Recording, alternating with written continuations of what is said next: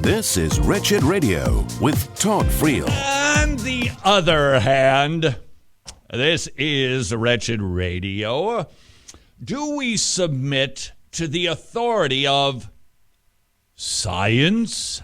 That's a different question, isn't it? Because God has not given authority to scientists to tell us how to live, how to believe, how to think. And yet, in our current culture, thanks to the Enlightenment, the age of reason, where science reigns supreme still, and increasingly so, surprisingly, you would think the 20th century would have taught us science doesn't have all the answers. Humans are not all that in a bag of chips, the bloodiest century ever, thanks to humanism. Nevertheless, scientism is growing.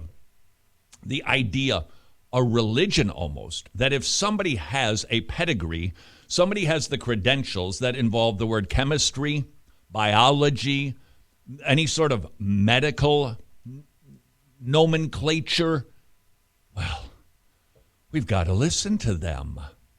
And this is when the Christian needs to carefully make his way through choppy scientific waters by understanding what is science and what isn't.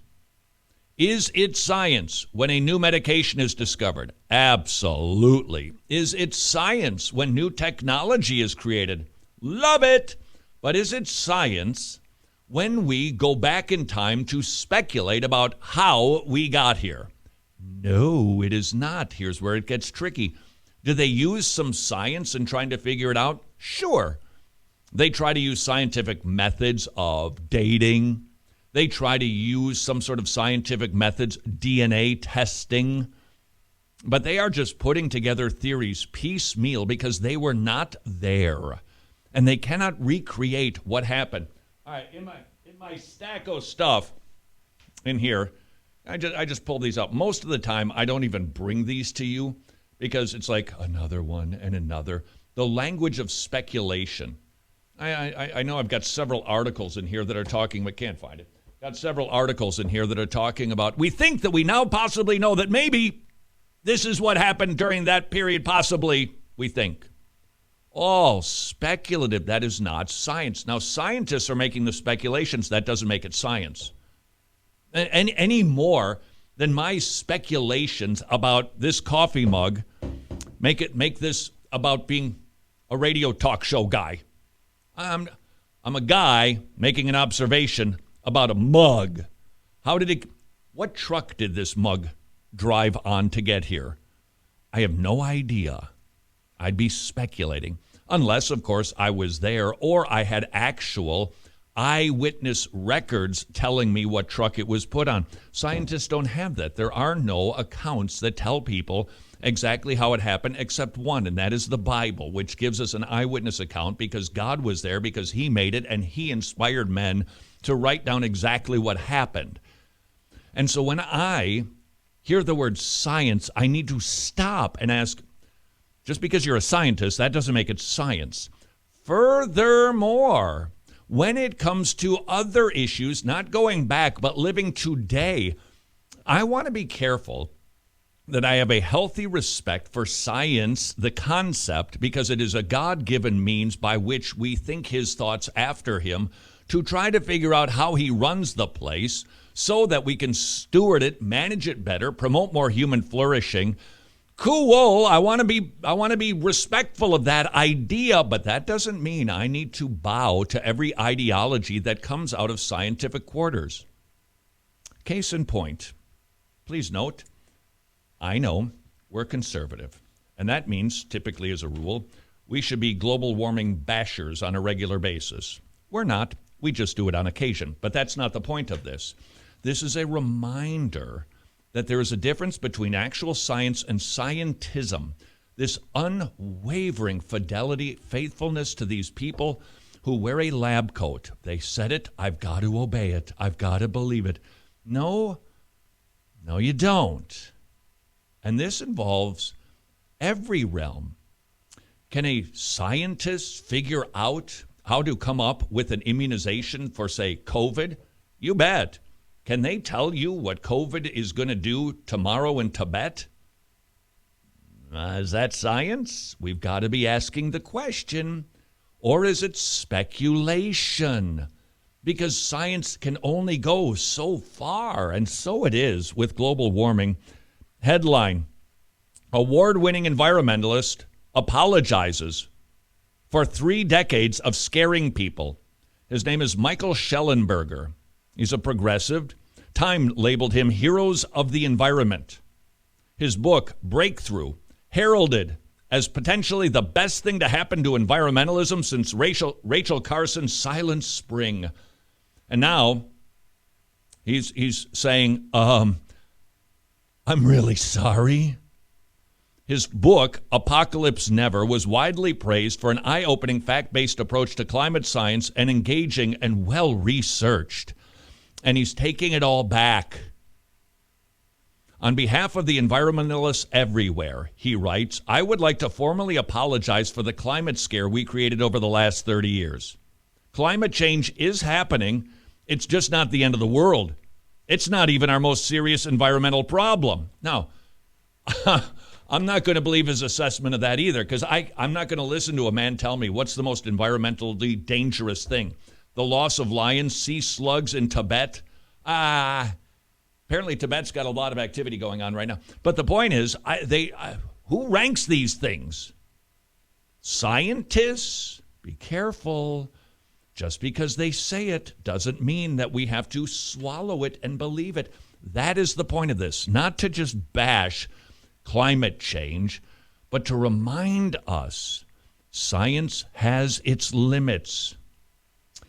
When he was asked to be an energy expert by Congress to provide objective expert testimony and was invited to the Intergovernmental Panel on Climate Change, smart people, to serve as expert reviewer of its next assessment report, he said, quote, I feel an obligation to apologize for how badly we environmentalists have misled the public. Not environmentalists, scientists. Scientists have misled. Here are some facts few people know. Humans are not causing a 6th mass extinction. In other words, we're not bringing about the end of the world. That's God's job. Climate change is not making natural disasters worse. Fires have declined 25% around the world since 2003. The amount of land we use for meat has declined by an area nearly as large as Alaska. The buildup of wood fuel and more houses near forests, not climate change, explain why there are more and more dangerous fires in Australia and California, not to mention the underbrush that the scientists don't want to clear out. It's tinder all over the ground in California and Australia. Carbon emissions are declining, and most rich nations have been declining in Britain, Germany, and France since the mid-1970s. And then he writes, wood fuel is far worse for people and wildlife than fossil fuels. Until last year, please note this, and this is our culture today. This is the cancel culture that we live in today. We will shame you out of business. We will blacklist you, and you will not say anything. And if you don't think that that is not happening en masse these days, this is yet another example of a culture that has no quarter for anybody who disagrees with them. It is the antithesis of Christian grace, kindness, knowing that we're sinners and that we don't do everything right or think clearly. This environmentalist scientist writes, until last year, I mostly avoided speaking out against the climate scare. Partly, I was embarrassed. After all, I'm as guilty of alarmism as any other scientist. For years, I referred to climate change as an existential threat to human civilization, a crisis. But mostly I was scared. I remained quiet about climate disinformation campaign because I was afraid of losing friends and funding. The connection to cash. The few times I summoned the courage to defend climate science from those who misrepresented, I suffered harsh consequences. And so I mostly stood by and did next to nothing as my fellow environmentalists terrified the public. And then he even goes a step further. Factories and modern farming are the keys to human liberation and environmental progress. Well, what do you know? The most important thing for saving the environment is producing more food, particularly meat, on less land. The most important thing for reducing air pollution and carbon emissions is China getting with the program, is moving from wood to coal to petroleum to natural gas to uranium. And on and on and on. Why were we all so misled? Financial, political, and ideological motivations. What do we do with this? We respect the concept of science. We sure do give thanks for the people who have done great scientific things. But just because somebody has some sort of scientific degree, when they speak in speculative fields, we do not have to kowtow, and we need to remember that they have pressures, they have influences, they have motivations, and they are as tainted as anybody. Scientism is not a religion to which the Christian should submit. Until tomorrow, go serve your king. Well, thank you, Carol. I can't wait to try some of that low-sodium peppermint lasagna. Sounds delicious. Let's get to the weather, shall we? As you can see, we are going to have a massive warm front moving its way up the eastern seaboard, expecting temperatures upper 90s and low 100s. Unless, of course, you're outside of Christ. Then on Judgment Day, it is going to be hot. Back to you, Carol. Not only hot, weeping, gnashing of teeth. And so thirsty, your tongue's going to be stuck to the roof of your mouth. You're just going to wish for a storm to come through, which you folks down in the south can be expecting on Wednesday.